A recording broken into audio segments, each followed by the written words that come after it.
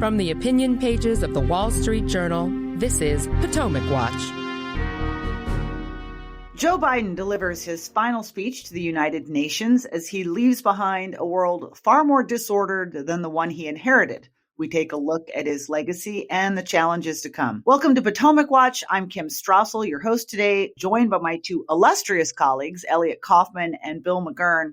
So Joe Biden spoke Tuesday morning to the United Nations General Assembly, the last address of his presidency to that body. It was not necessarily a friendly audience. A lot of the UN's 193 member states have been very unhappy of late about the U.S.'s support for Israel.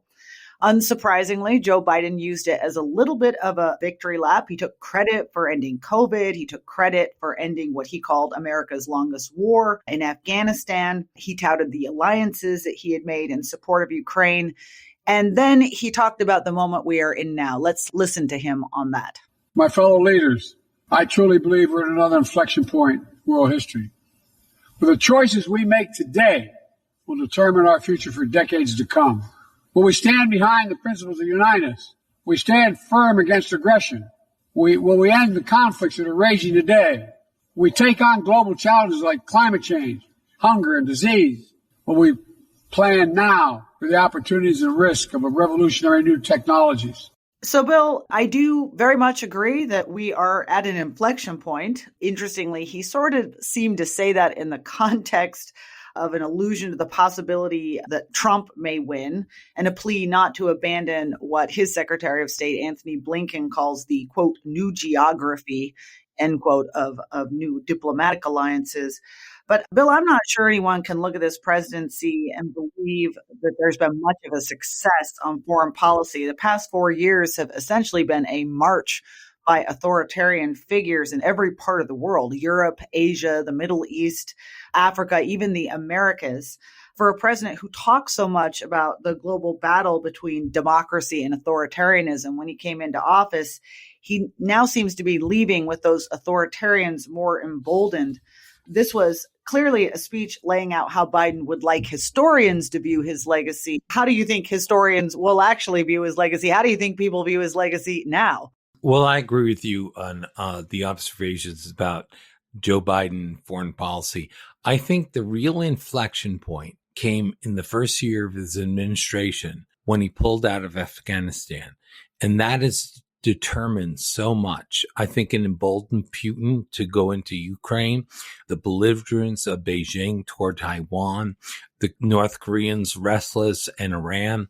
So I think that was the inflection point. And that was really a window into Joe Biden's judgment and character. The whole withdrawal was done precipitously only because the 20th anniversary of 9/11 was coming up, and Joe Biden wanted to give a speech saying, I'm the guy who got the troops out of Afghanistan.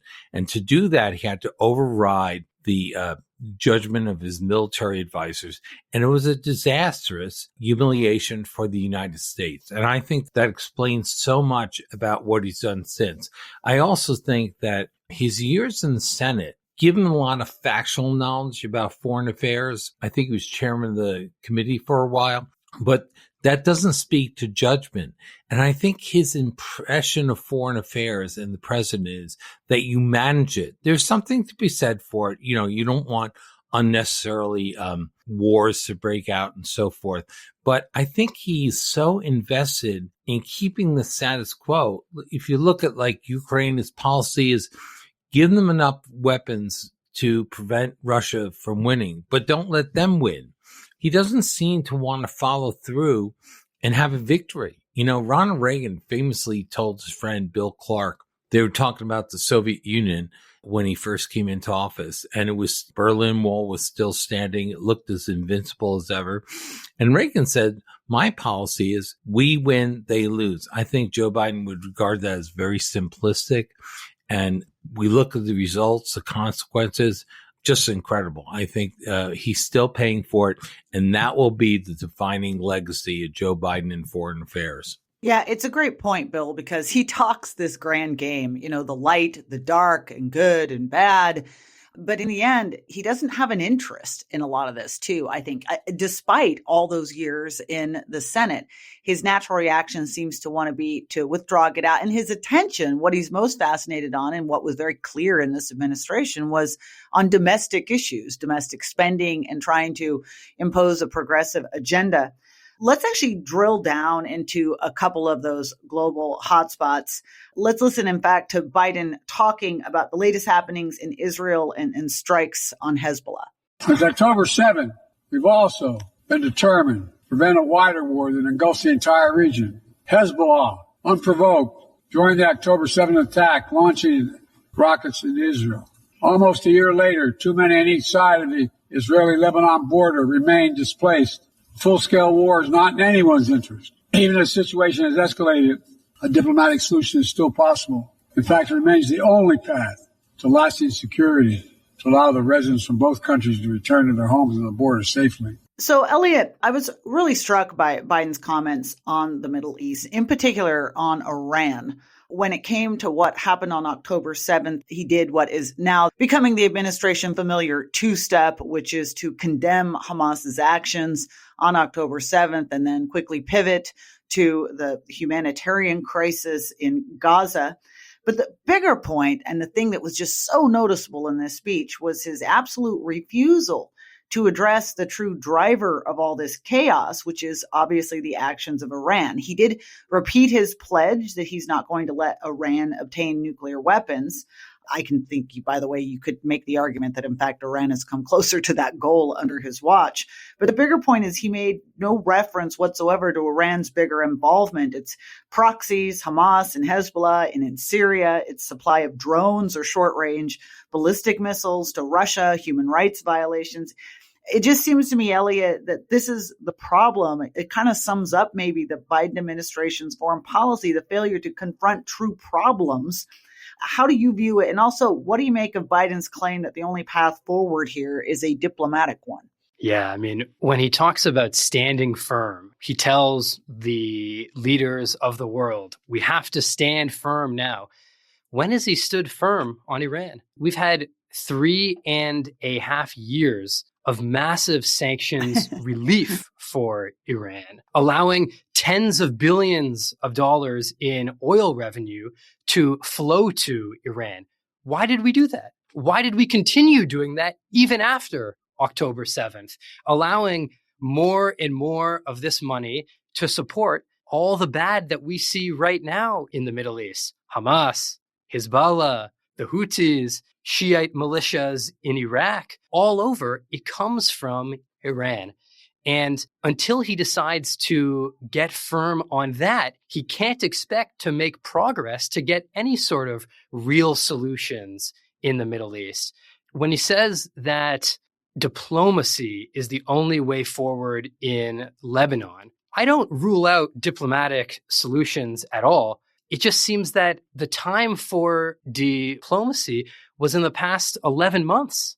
Well, Israel gave it time. Well, Israel said, somebody, please stop Hezbollah from shooting on us day after day, dozens of rockets and missiles, 8,500 of them in total, forcing the depopulation of Israel's north.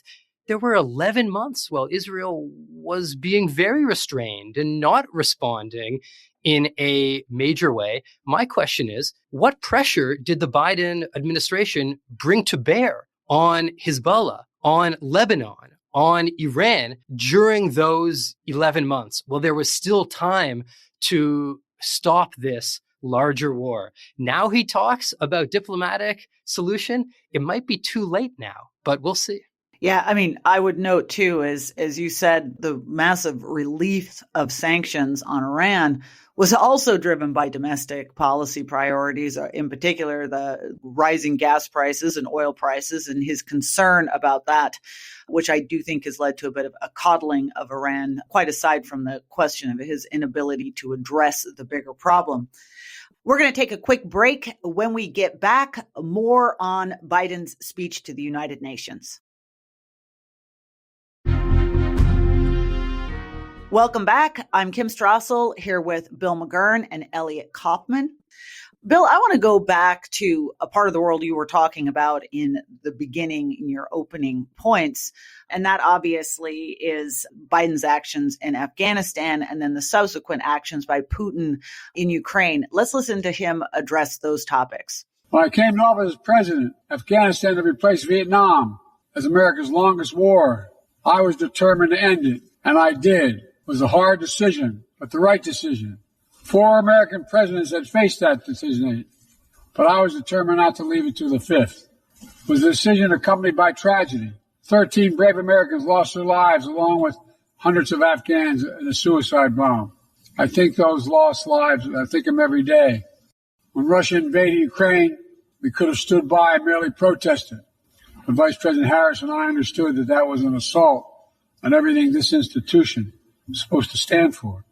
And so, my direction, America stepped into the breach, providing massive security and economic and humanitarian assistance. Our NATO allies and partners in 50-plus nations stood up as well. But most importantly, the Ukrainian people stood up. I asked the people of this chamber to stand up for them. Well, typical Biden humility there, Bill. And look, we at the editorial board page of the Wall Street Journal have given him credit for rallying support for Ukraine. But as you note, there does seem to be some missing context of the lead up to Putin's aggression. Obviously, he witnessed that chaotic and awful withdrawal from Afghanistan, took it as a sign of American weakness. And there was almost a straight line between that happening and his invasion of Ukraine. Now what we've got is Volodymyr Zelensky, Ukraine's president. He's also going to be in New York this week. He's apparently going to present a path to victory. Nobody knows what that looks like yet. My memory of the Biden administration is not just its rallying of the globe to get help, but then its subsequent decision to sit on most of the requests that Ukraine lobbed at us, being very sluggish in getting them what they needed. So now here we are. Zelensky's still in the middle of a bogged down war. And Zelensky's saying we still have a shot. But, as Biden finishes out his term, how is he leaving that conflict? And what are some of our options now for the future? Well, we have fewer options because of the way Joe Biden has handled himself. I don't think you can underestimate what a catastrophe Afghanistan was. And I don't think you can underestimate the vanity that went to Joe Biden's decision. Remember the desperation of people clinging to planes as they took off and falling down. And I think someone asked the president that 5 days later. He said, come on, man, that was 2 weeks ago. I mean, the callousness, ask the families of those 13 service members who talked about how Joe Biden looked at his watch when the bodies came home. I think he deserves every bit of criticism for that because it was his own pigheadedness that led him to override the advice of the generals. Now, I think also Kamala Harris should answer for that. She says she was the last one in the room with Joe Biden when he made that decision. What did she hear that made her think Joe Biden was right and the generals were wrong? So yes, he got us out of Afghanistan, but in a humiliating way, a defeat. I compare this. I was a presidential speechwriter for George Bush. The war in Iraq was going terribly. Everyone wanted us out, the conservatives as well. And Bush would say to me, Billy, we are not leaving Iraq the way we left Vietnam, from the rooftop of an embassy. He announced a surge, very unpopular, but it worked. And I don't see anything equivalent to Joe Biden. He just vests it all in managing the status quo and trying to keep everyone happy. And Trump doesn't have the foreign policy I would like as robust, like a coherent, I think, package. But give it to Trump. He killed an Iranian general. He killed a whole bunch of Russian soldiers in Syria, mercenaries who were there. He was willing to use force. And Joe Biden, I think, is Jimmy Carter. He's perceived as weak, and he's perceived as weak because he is weak. And the result of that, I think, is in Ukraine, where it's immoral to wage a war you're not trying to win. And I think we're telling the Ukrainians, yeah, by all means fight, but don't do this, don't do that. You can't attack here. You can't go inside Russia. And I think that's no way to do it. Either commit to them or don't commit. I don't understand this halfway measure. I think Joe Biden would probably say, well, Russia's nuclear power, big power, we can't provoke them. I think that's an empty threat, actually. I think Russia knows if it resorted to nukes, NATO would become involved and Russia would be destroyed, would not survive, and he would not survive a war with NATO. So I think you have to call the bluff sometimes, and I think this is one of those times. And if you don't, everyone is watching Ukraine as they watched Afghanistan. You pointed out Putin's invasion was after we lost Afghanistan. We're retreating in the most humiliating way. China is watching for Taiwan. It's grown more belligerent, and Iran is obviously belligerent in Israel and the Middle East, and North Korea is making noise. So it's a very bad situation. Yeah, no, excellent points, Bill. Although the main thing I took out of that is, do I get to call you Billy? Because I've never heard that before. Well, I couldn't very well say, no, Mr. President, you can't say that. So I suppose it's okay.